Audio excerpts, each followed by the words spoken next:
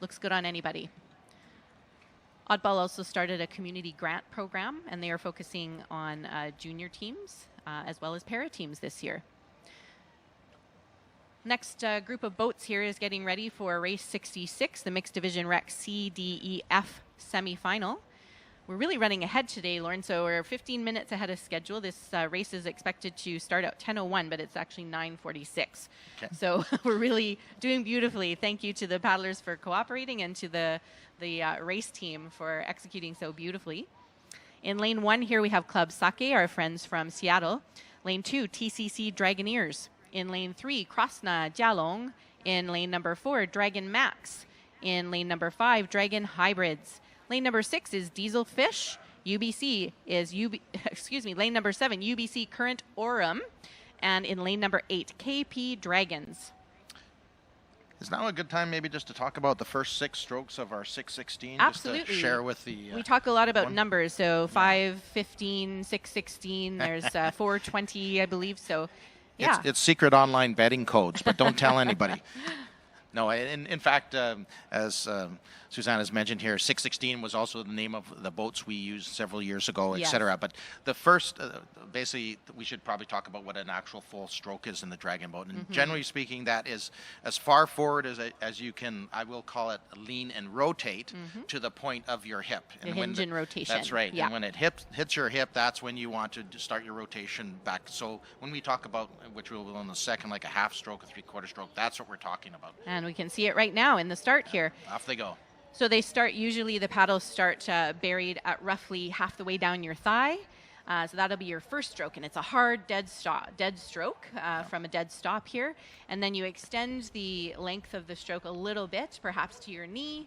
And then by the 6th stroke, basically, you are at a full stroke, and then you have about 3 strokes to transition into your race pace. So that's the 16 first set of strokes there. Exactly. We call those really short strokes at the beginning, the ups. Yeah. Looks like in this race, out of the gate, Club Sake had a very, very beautiful start. Great and start. Actually, UBC Current Aurum as well over in lane 7.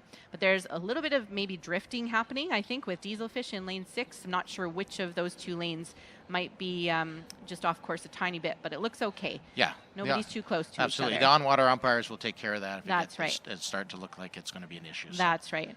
But definitely you can see we're looking at a little bit more experienced teams as we're moving up in the alpha characters. Yes, you bet. Really experience from Club Sake showing through here. They are almost about length ahead. We'll see if they can maintain that through their race pace. Yeah, because they've already passed the pavilion edge, so this is where things usually start to even out here. They're probably at the halfway mark unofficially right now. But 4 boats are really vying for that second position. So in lane 2, TCC Dragoneers. In lane 3, Krasna Jialong. In lane 6, Dieselfish. And in lane 7, UBC Current Aurum. So this will be an exciting race at the finish line here. Absolutely. And KP Dragons in 8, they're not out of it by any means. So quite an interesting change here. You're used to seeing those center lanes, but again, it depends on what's happened with the tide and the experience of the team. Something could have happened that they ended up, or as part of their strategy, perhaps, that they've gone to a different lane. Could be. Here we go, the last 100 meters now, Suzanne. Already there. Club Sake coming through first.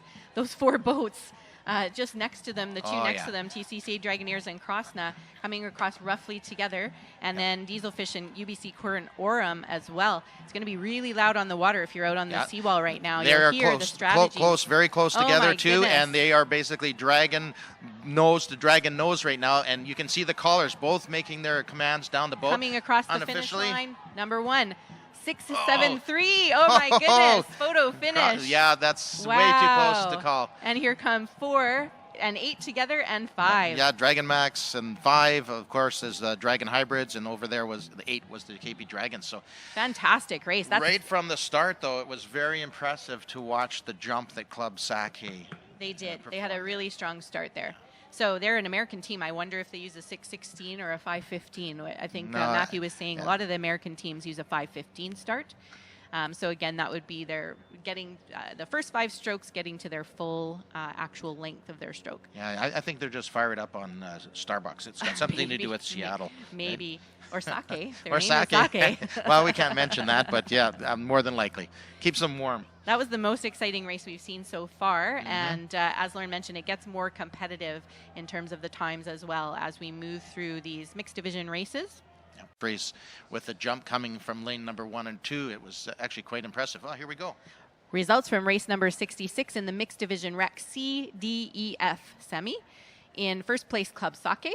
In second, Krasna Jalong, and in third place, TCC Dragoneers. So that was a very tight race. Look at those times. So Club Sake with the 2:17.025, Krasna Jalong with 2:19.878, and TCC Dragoneers with 2:20.128. Amazing. Yeah, very, very well raced by all teams. And I know Kim, the start, had noticed a couple of times and noted to the teams on the water that they're getting a little bit of a push by the incoming tide. Okay. So